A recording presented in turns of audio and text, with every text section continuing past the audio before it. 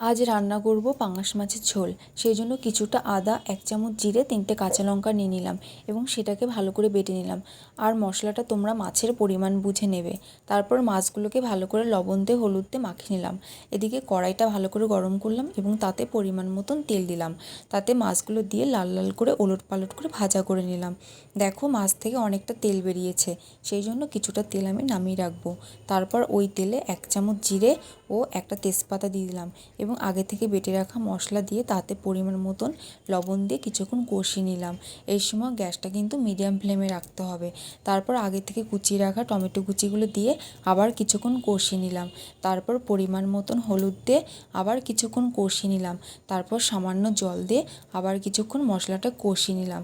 যখন মশলা থেকে তেল বের হতে শুরু হবে তখন ওই মশলার ভিতর পরিমাণ মতন জল দিতে হবে।